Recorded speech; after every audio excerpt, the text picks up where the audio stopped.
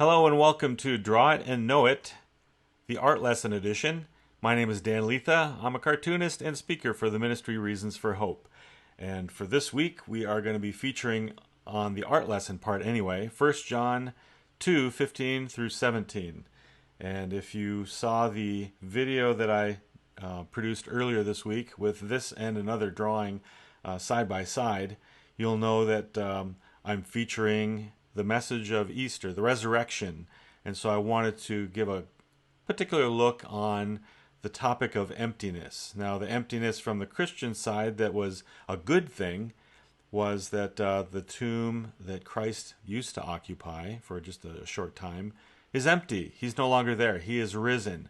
And so we have great joy as Christians knowing that our God is true, that he conquered death, that he paid for our sin, and that we're to spread that good news to our friends and family to spread the gospel and carry out the Great Commission that he gave to us in the New Testament.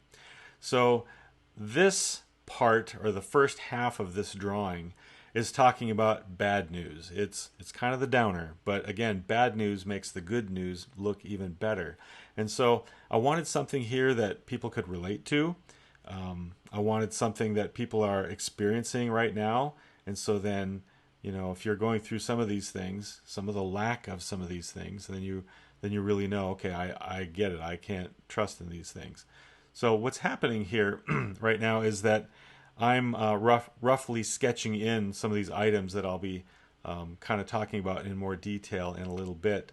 But and also this is really a practice run for me to draw this for the video that I want you to go back and see if you haven't already, because that particular video is made without a tight rope or a tight wire, in a sense, or a net anyway. There's no safety for this, so I don't have the pencil lines to work with, and so I need some practice runs to get this thing right. So, and the other thing I should say too is that a lot of my videos that I've produced so far, at least showing my drawings, some of them have been sped up, and so I'm actually drawing pretty fast here.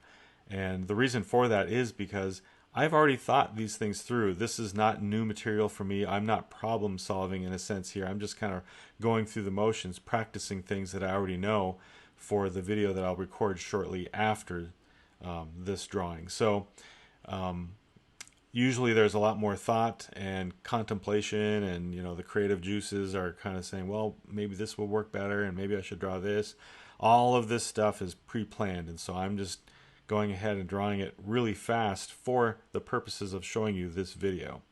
Now, the video again is featuring a verse from Scripture, 1 John, actually 3 verses, 1 John 2:15 through 17. And that passage says, "Do not love the world or the things in the world. If anyone loves the world, the love of the Father is not in him. For all that is in the world, the desires of the flesh, the desires of the eyes, the pride in possessions, is not from the Father, but is from the world. And the world is passing away, along with its desires, but whoever does the will of God abides forever." And so that's a verse that talks a lot about loving the things in the world, and God has given us a lot of really good things that we need. There's bad things too that verse I think would incorporate or encompass, things that we shouldn't like, and a lot of people like those anyway. But there are necessities of life that we trust in, and sometimes we do more than trusting in them. We find our fulfillment in them, or we hold on to them too closely, and so when they go away, we're really let down. So as an illustration, I really wanted to get across some of that point, that some of these needed things in life, some of the things that we enjoy and we trust in and we rely on, some of those things aren't so plentiful right now. A lot of us are going through a hardship with the coronavirus, the stress that it's causing just in general, but then it's having an impact on providing for families and the things that we can do, and some people are going without jobs and money and some of those types of things, and so that's really bad news. But again, I wanted to use that bad news as a way to create an image that would be relatable. And so I've sketched in the drawing, and now I'm just taking a regular, I think it's a gel pen, and I'm just kind of quickly going over this and inking it. And again, it's a good exercise for practice. It's nothing fancy. One thing I will point out about the gel pen is that it has a nice crisp line to it, but the line that you're seeing here is a uniform thickness line. There's really very little, if any, variation in the line, and so it creates a certain look. It's not a bad look, but when I do my artwork on the computer or I'm doing more finished artwork, if you look at it, the line weight tends to vary. So I'll do thick and thin lines, and that way the art has more of a spark or a pizzazz, or it looks, there's just something nice about line variation.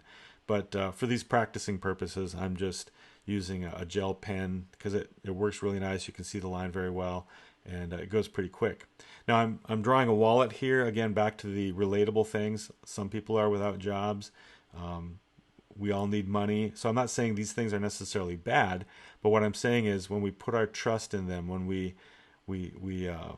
need them too much. It's kind of hard to say that you need money too much, but when you trust in it too much and you lack it and you do without it, then it really, really hurts. But if you have that hope of the gospel and hope that and knowledge that God is going to take care of you and some of those things, then some of that pain and emptiness isn't so bad. God really does help comfort us in these times of need.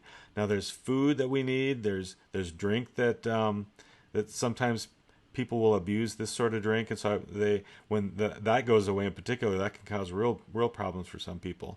And so I wanted to put that in there as a way of showing that there's something that some people hold on to too much, and they try to find their fulfillment in it, and that it can leave them empty and hurting in a lot of ways. And then our cars, we need our cars, and interestingly enough, gas prices are really low right now, but maybe a lot of gas tanks are still empty because we don't have money to fill the cars. And people love cars anyway, and so they really look forward to cars, and so I wanted to put that there to kind of symbolize something else that people might not be able to have, or maybe they'll even be repossessed, or whatever the situation is. There's an emptiness there that once was filled with excitement and thrill and maybe even meeting our life needs. And then relationships that go south on us, those things can leave us empty too.